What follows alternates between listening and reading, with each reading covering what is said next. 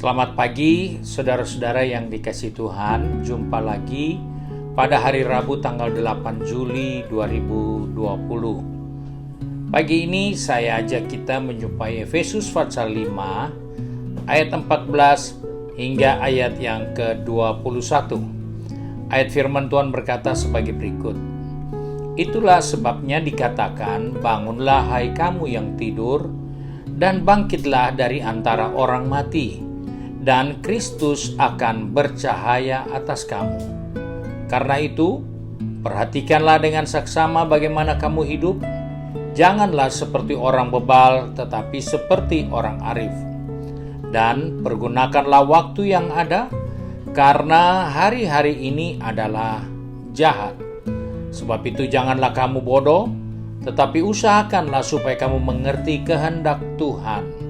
Dan janganlah kamu mabuk oleh anggur, karena anggur menimbulkan hawa nafsu, tetapi hendaklah kamu penuh dengan roh. Dan berkata-katalah seorang kepada yang lain, dalam mazmur, kidung puji-pujian, nyanyian rohani, bernyanyi dan bersoraklah bagi Tuhan dengan segenap hati.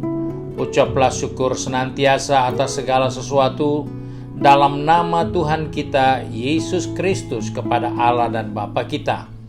Dan rendahkanlah dirimu seorang kepada yang lain di dalam takut akan Kristus. Puji Tuhan, kita menjumpai pembacaan di mana nasihat firman Tuhan untuk orang-orang percaya di dalam menghadapi zaman yang ada di depan kita ini, yaitu masa yang bertambah sukar sulit. Maka kita diingatkan untuk bangun. Kita harus sadar karena kita ada di hari-hari yang jahat. Maka orang percaya harus memiliki respon yang baik terhadap kondisi yang ada. Sebab itu, sebagai orang percaya, dalam pembacaan kita tadi, ada hal-hal yang kita perlu kerjakan di dalam kehidupan kita di hari-hari yang jahat. Di hari-hari yang jahat, kita diingatkan supaya kita perhatikan, jangan bodoh.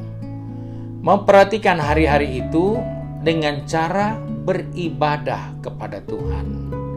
Karena ibadah itu berguna untuk hidup yang sekarang dan hidup yang akan datang. Jadi jelas di hari-hari yang sukar, kita dituntut untuk bangun, merubah sikap kita di dalam ibadah khususnya. Karena ibadah kita adalah mempunyai tujuan bukan hanya untuk hidup yang ada sekarang, di mana perjanjian lama katakan kalau kamu beribadah, Tuhan memberkati roti makananmu, air minummu, penyakit dilalukan. Tetapi dikatakan untuk hidup yang akan datang, yaitu hidup untuk kehidupan yang kekal. Nah, sebab itu kita harus perhatikan bahwa hari-hari yang jahat ini harus membawa kita kepada peningkatan ibadah yang benar, yang suci. Dan kedua, dalam situasi seperti itu kita diingatkan untuk melayani. Ibadah adalah bagian dari pelayanan kita kepada Tuhan. Ibadah adalah bagian dari pelayanan antara sesama kita. Karena di dalam ibadah ada yang membawa pujian, ada yang membawa mazmur, ada yang memberi dukungan, dorongan, memberi semangat kepada yang lain. Itulah bahagian yang kita jumpai di dalam ibadah. Sebab itu, menjelang kedatangan Tuhan, kita harus melayani Tuhan. Melayani dalam ibadah, melayani dalam kehidupan bersama-sama, memperhatikan satu dengan yang lain. Itu harus lebih ditingkatkan karena kita ada di hari-hari yang jahat. Hal yang ketiga, di hari-hari yang jahat itu, Alkitab ingatkan bahwa kita harus memberitakan Injil. Hal ini penting karena memberitakan Injil adalah suatu tugas yang Tuhan berikan buat kita sebelum Yesus naik ke surga. Dia katakan beritakan Injil, karena di dalam memberitakan Injil, Allah menyertai kita sampai kesudahan alam.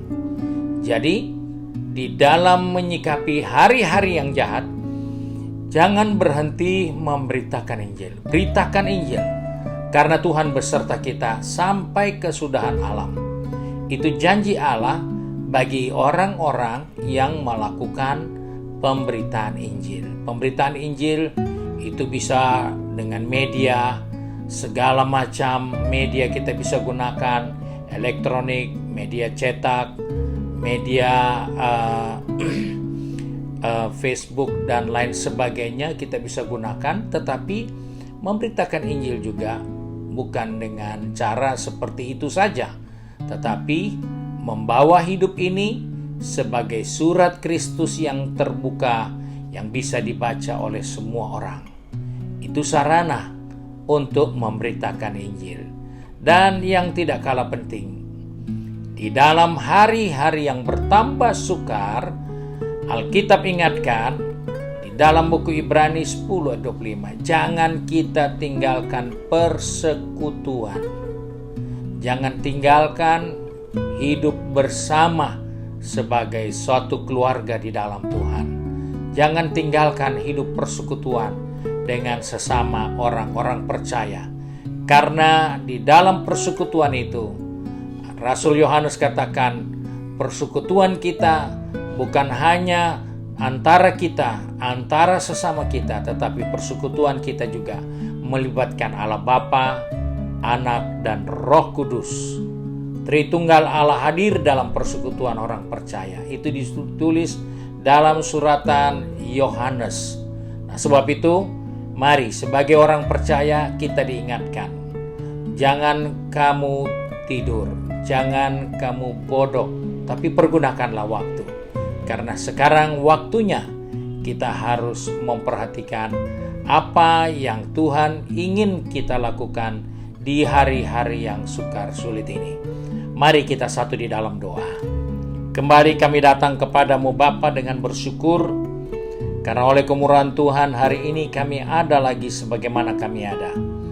Dan oleh sebab itu kami datang kepadamu membawa kehidupan kami, bahwa setelah kami mendengarkan firman Tuhan, kami butuh kekuatan dari Tuhan untuk selalu membangkitkan kami, untuk selalu menggairahkan kami, supaya kami tidak tidur di hari-hari seperti ini, supaya kami tidak malas-malasan, tapi kami bangun dari ketiduran rohani. Kami bangkit, kami mau melakukan apa yang kehendak Tuhan bagi kehidupan ini. Sebab itu pegang tangan kami, atur langkah kaki kami di dalam menjalankan kehidupan sehari-hari, agar kami tidak melalaikan apa yang menjadi rencanamu di hari-hari yang susah dan sulit ini. Sebab itu Bapa, kami pertaruhkan seluruh kegiatan kami, bahkan pekerjaan kami, usaha kami, mata pencarian kami, studi kami dalam tangan Tuhan. Karena kami percaya bersamamu Tuhan, kami dapat menghadapi segala perkara.